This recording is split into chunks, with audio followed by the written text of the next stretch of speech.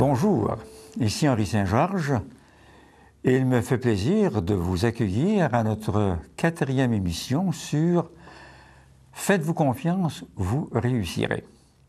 Bien entendu, si on ne se fait pas confiance, il y a de fortes chances qu'on ait de la difficulté à réussir dans quelque projet que ce soit.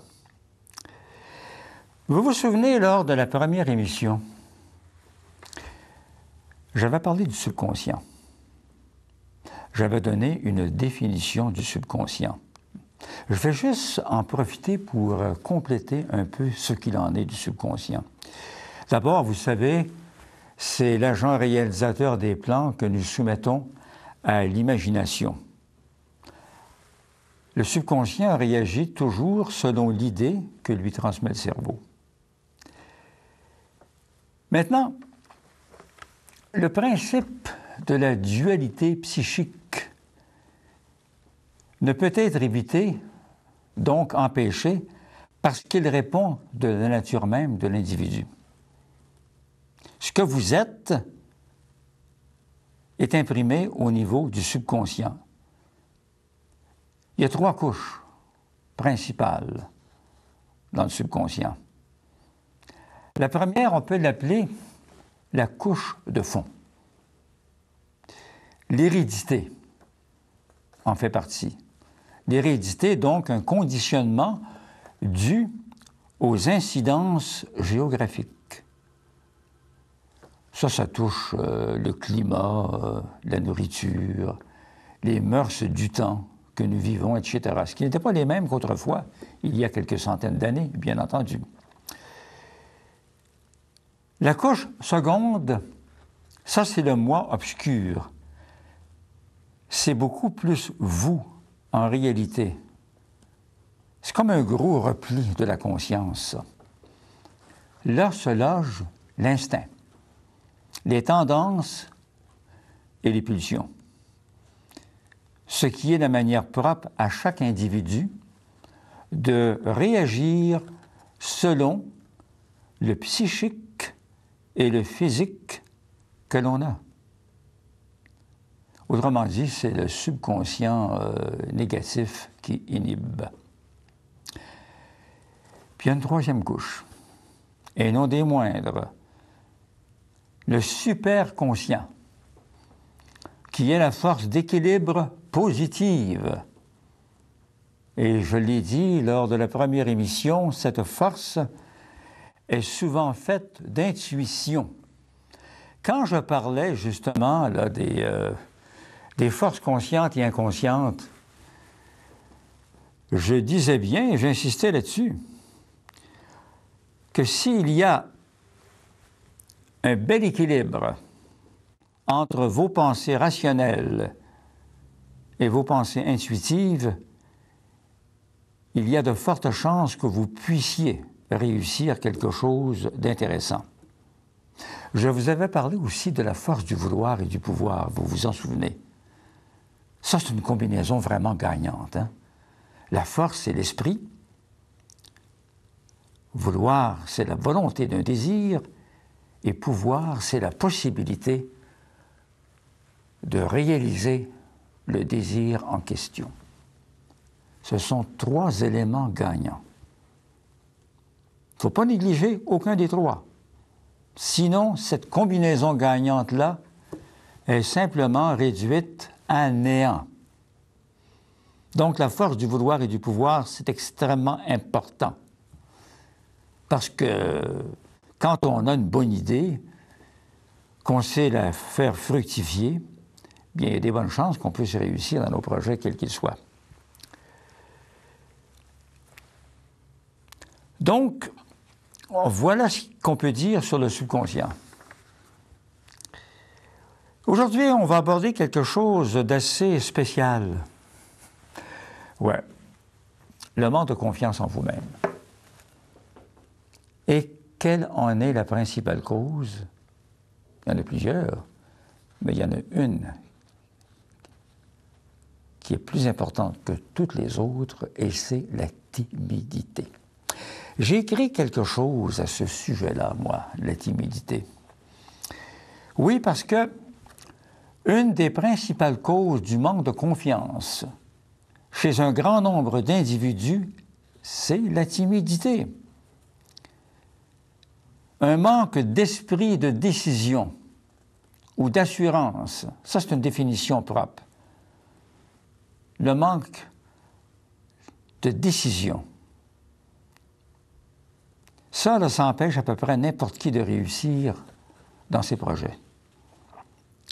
Parce qu'il manque à l'être timide une capacité, voire une liberté en vue de réaliser un dessein en quelque chose. Il a malheureusement le tort de se comparer à ceux qu'il admire le plus souvent, le timide. Ouais. Il l'admire pour des qualités qu'il ne possède pas lui-même. Ça, il faut faire bien attention avec ça. Parce que les qualités que le timide admire chez les autres et qu'il n'a pas forcément,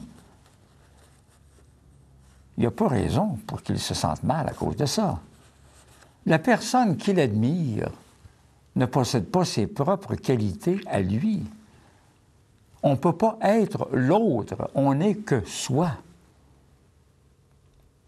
Ça, c'est très important, parce que celui que vous admirez, il deviendrait timide, lui aussi, s'il cherchait à se comparer à vous-même, de vos qualités que vous possédez en propre. Parce que l'être timide, il ose peu, quitte à se montrer fortement contrarié par moments. Oui, parce qu'il est timide, justement. Il ose très, très, très peu. Et la timidité, bien sûr, est source de complexes. Les psychiatres là, et les psychologues, là, ils reconnaissent que les complexes font partie de la nature humaine et que la vie serait bien terne s'ils n'existaient pas. Cependant, jusqu'où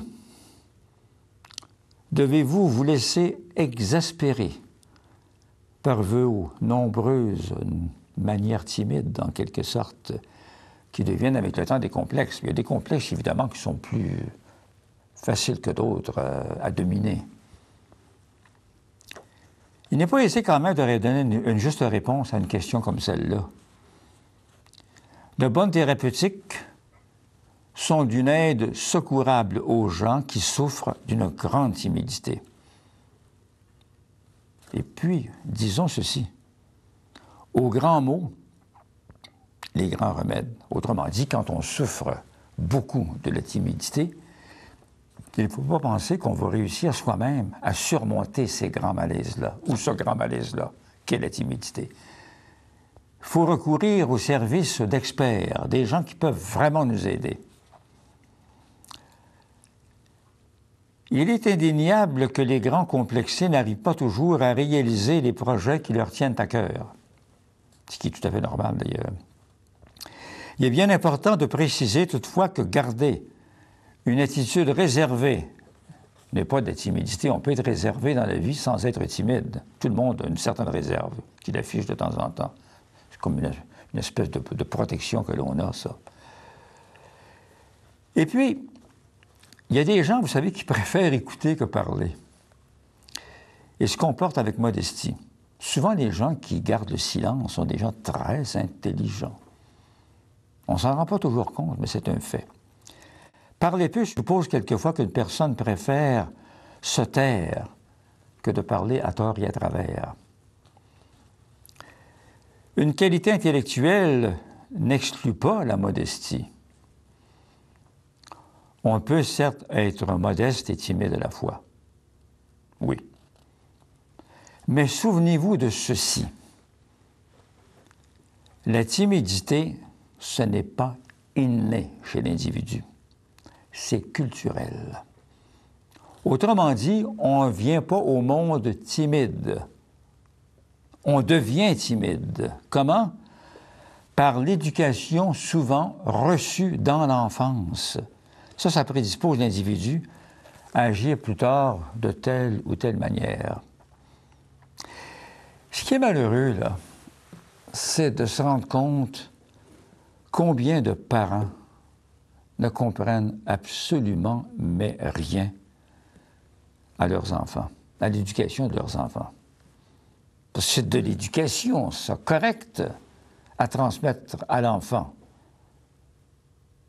que de lui montrer que dans la vie, pour réussir, il faut se faire confiance. Sinon, l'enfant va développer de la timidité. Est-ce que l'enfant peut arriver à acquérir une solide assurance si ses parents ne l'encouragent pas? L'être humain est l'héritier de la culture qu'il a reçue dans son enfance. C'est simplement ça que je voulais dire, au fond. Maintenant, un manque d'audace et de décision au niveau de la pensée et de l'action. Ça, c'est à peu près la plus belle définition que l'on peut donner de ce qu'est la timidité. Quand je parlais tantôt là, de l'éducation que l'on reçoit à la maison, si le père ou la mère n'encourage pas son enfant à entreprendre des choses intéressantes, qu'est-ce que vous pensez qu'il va arriver, vous? Il va arriver simplement qu'on va manquer son coup. L'enfant n'arrivera pas à pouvoir réaliser des choses qu'il est en droit de réussir s'il reçoit l'éducation qu'il faut. L'enfant, là, il ne souffre pas la comparaison avec les autres parce qu'il est sensible. Un enfant, c'est toujours sensible, ça. Il ne peut pas souffrir la comparaison avec les autres. Parce que cette comparaison-là, savez-vous quoi? Elle est toujours négative. Quand on se compare, qu'on le veuille ou non, on devient toujours le perdant de quelqu'un. Ça, c'est clair comme l'eau de roche. Si le père ou la mère, étant une personne très ambitieuse, dit à l'enfant, « Oh, tu sais, tu n'as pas le talent de ta cousine ou de ton cousin, ou même de ton frère, ou même du voisin, pour entreprendre ce que tu veux dans la vie. » Qu'est-ce que vous pensez qui va arriver, là? Bien, l'enfant va se dire, malheureusement, « Ouais, je vaux rien. » Quand en réalité, ce n'est pas vrai. Il vaut quelque chose. Mais ce quelque chose-là, il ne le perçoit pas de la même façon que chez l'autre qui, lui ou elle, a confiance en ses capacités. C'est pour ça que je dis, moi, que le manque de confiance en vous-même vous empêche toujours de réaliser ce que vous désirez le plus faire dans votre vie. Parce que quand on dit « Faites-vous confiance, vous réussirez », entre vous et moi, là, il faut quand même mettre les chances de son côté. Si plus tard vous devenez parent, n'oubliez pas une seule chose qui est extrêmement importante, élevez vos enfants dans la confiance. Faites-leur comprendre qu'ils auront toujours raison de croire en eux. Parce que la personne qui ne croit pas en ses possibilités ne peut absolument réussir quoi que ce soit.